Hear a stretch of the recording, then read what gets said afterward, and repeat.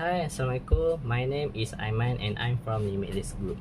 Today, my friend and I will give explanation about the accident that happened in the Seri Kembangan, Kuala Lumpur. So, our title is an impressive cliff failure in Seri Kembangan. I may start with the introduction point and also the cause of the accident.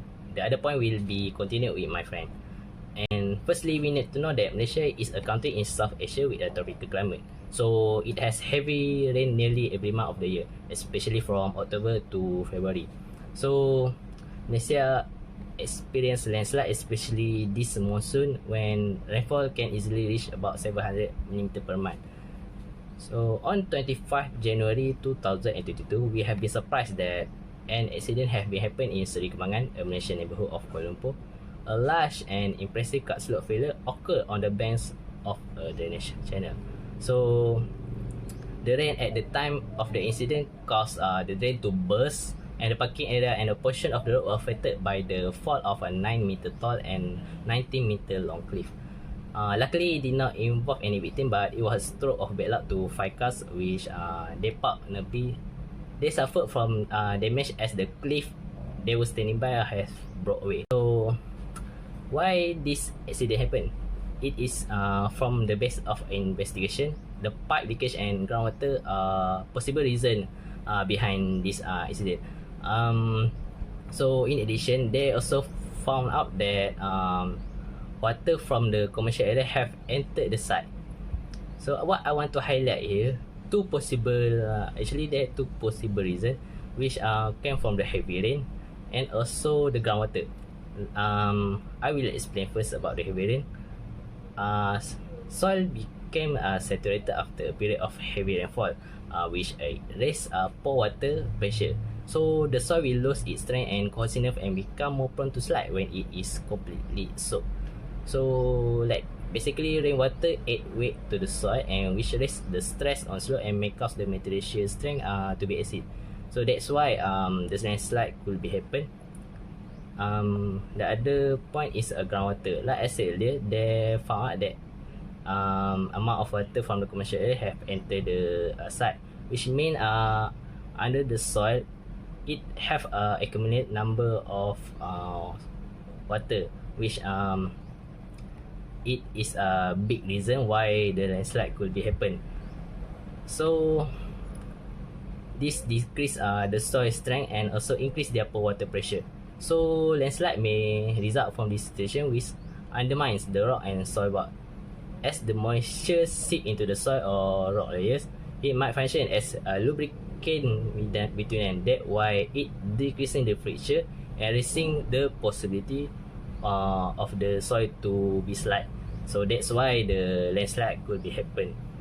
And that's all for me. And next I will continue with my friend. Thank you. Assalamualaikum. My name is Muhammad Amin Azam bin Muhammad Aswardi. My matrix number is 201110783. So now let's proceed with our next topics like ethical issues.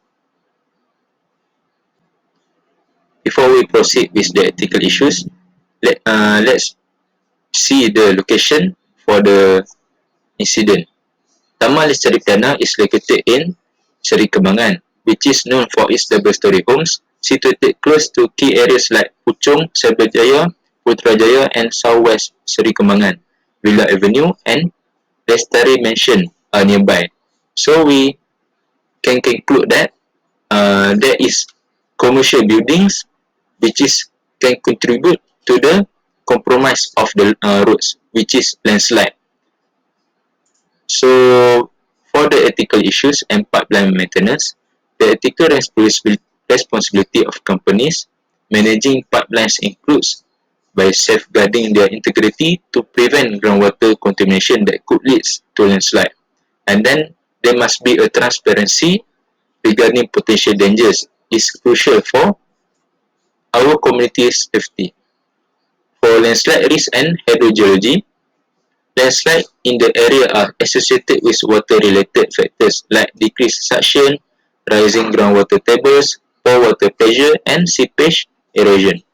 By understanding the geology and hydrogeology, especially saturation and permeability, is pivotal in understanding landslide initiation. And lastly, engineering solutions. Engineers must focus on identifying groundwater source and flow routes through techniques like geophysical profiling, hydrochemical analysis, and groundwater monitoring in observing wells to mitigate the landslide. So now let's proceed with our next topic. Our next topic is Code of Conduct. First of all, engineers must know their obligation as the engineers. Engineers are expected to uphold the highest ethical standards in their profession, ensuring public safety, health, and welfare. They must prioritize these responsibilities and communicate any concern that could jeopardize these factors to relevant authorities. And the impact of the landslide on infrastructure. Landslide can lead to significant consequences, including the closure of commercial buildings and road defects. Various factors like severe weather, pipe leaks, and groundwater impact and ignorance of road structure can contribute to these incidents. And then, government agencies' responsibilities. Government agencies oversee different regions, have distinct role in road maintenance. Local governments manage local roads, while state governments oversee state highways and interstate. However, funding sources and specific responsibilities might be vary on the region.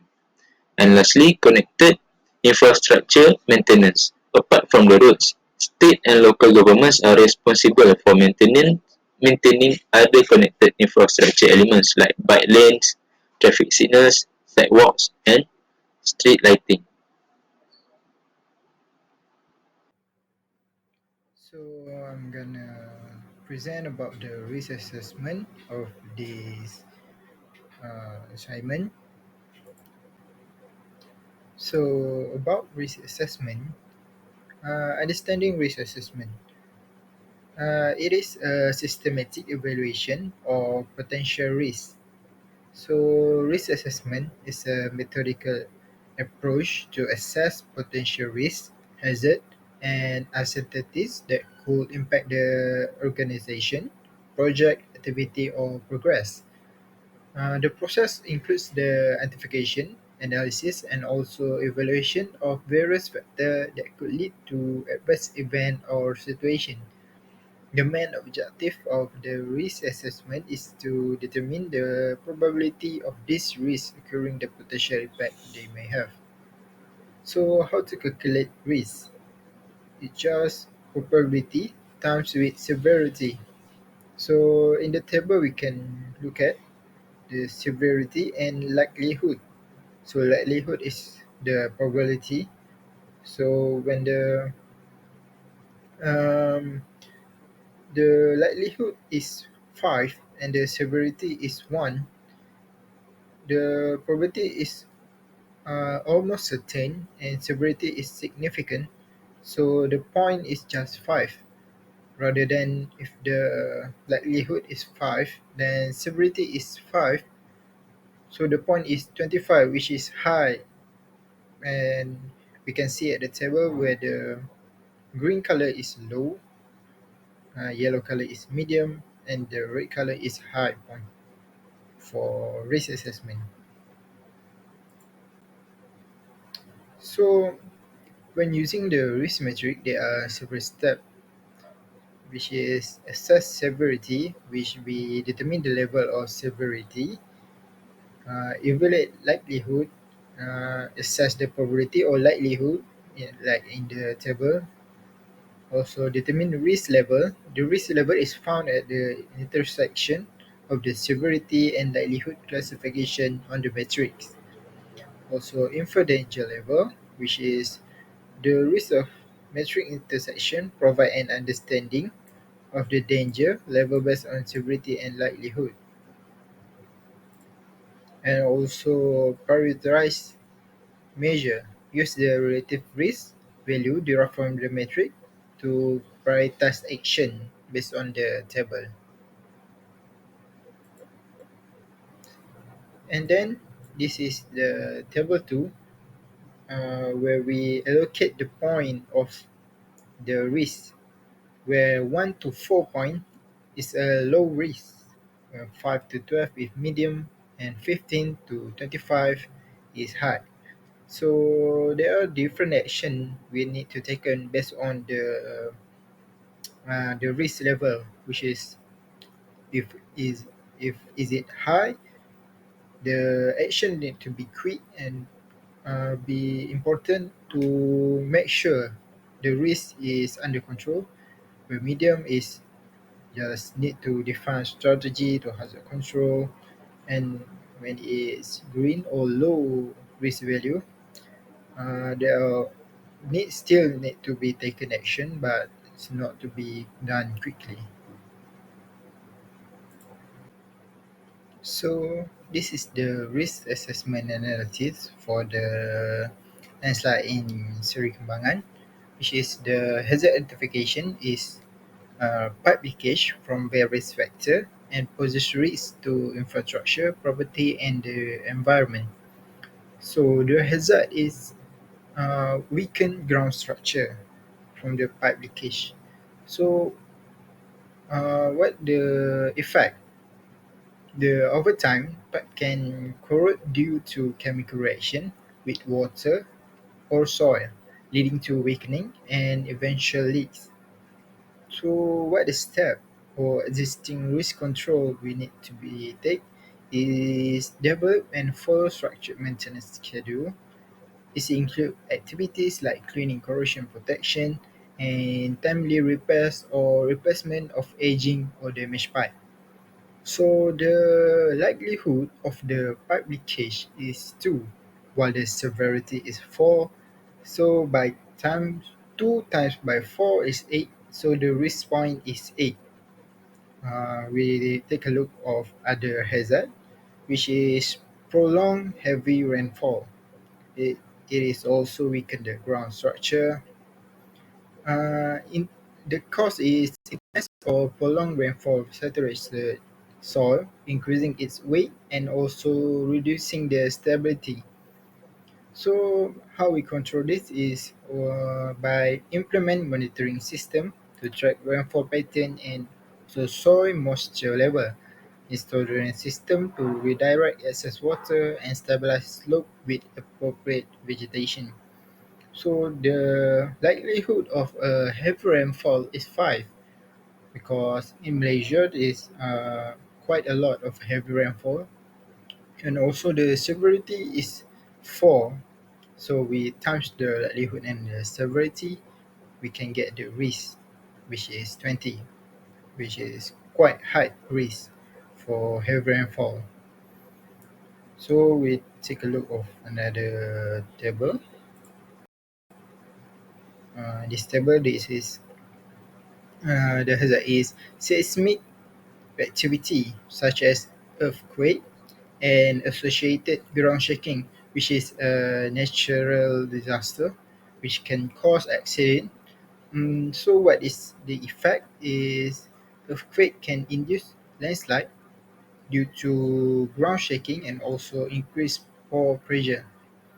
So what we need to take uh, is conduct seismic hazard assessment and design engineering solutions such as flexible retaining structure or soil reinforcement method to withstand the seismic force. So the likelihood is 2, while the severity is 5 and the risk is 10. So this is the risk assessment of this project. There are few others activity or risk that can cause the landslide, but I will talk about that only. So I will give to the next presentation. Okay, Assalamualaikum. My name is Muhammad Hafiz Iskandar Bekam Bahrain. Matric number 201110796. Okay, I will present about HIRAC. Okay. What is HIRAC? HIRAC is a stand for Hazard Identification, Risk Assessment and Risk Control. And HIRAC is a systematic process that used in a various industry, especially in the field of occupational health and safety. HIRAC is recognized as a proactive way of managing hazard and risk at workplace. So, HIRAC is a requirement by law under OSHA and regulation. So, what is the purpose of HIRAC? Okay, the first one is to prevent accident and incident in the workplace by identifying the potential hazard that may harm the people or equipment. And the second one is to protect the health and safety of the worker through the systematic identification and assessment of hazard. The last one is to implementing HIRAC fosters a safety culture within an organization by creating an awareness among employers to alert with the potential hazard and actively participate in create a safer environment workplace. Okay, next, the risk control. So I will explain on three aspects, which is the highest risk tolerance, which is 20, and the majority of risk tolerance, which is 12, and the least of risk tolerance, which is 8. Okay, for the risk control, which is the highest risk tolerance and the majority of risk tolerance and the lowest of risk tolerance, which is the highest is 20. The work activity is prolonged the heavy rainfall. So the action planning will be developed and regularly update emergency response plans for cliff failure during heavy rainfall. And the majority of risk tolerance, which is 12. The first one is deforestation and land change contribute to environmental degradation. And the next one is climate change significantly influence the intensity of various natural habits. The last one is lack monitoring and early warning system. So for the action planning will be implementation, reforestation and afforestation program to restore the vegetation cover on degrade, hillside and cliff area. And the second one is to establish community-based early warning system to inform residents of potential risks related to the cliff failure during extreme weather event. And the last one is to install the continuous monitoring system such as inclinometer, ground-based radar, and geotechnical sensor to regularly track change in the stability of the cliff. And the last one is the least risk tolerance, which is A. The work activity is pipe leakage from various factors and poses risk to infrastructure, property, and the environment. So the action planning will be install leak detection system to prevent or to planning the action before the cliff failure happen. Okay, that's it from me. Thank you. So, for the overall conclusion of the presentation, what we need to conclude is there are factors contributing to cliff failure, which is tropical environment and human intervention. The tropical environment is such as the climate, or which is the heavy rainfall or soil erosion. The human intervention is uncontrolled development, inappropriate land use, and deforestation. So also the consequence of the cliff failure is ecosystem impact, which is cliff collect affect the ecosystem which happen in Seri Kembangan, also affect the road of the in front of the shop. So it is impact the ecosystem there. So also it threaten the human life. So when the landslide happen, it can also threat human life and also damage to property and infrastructure.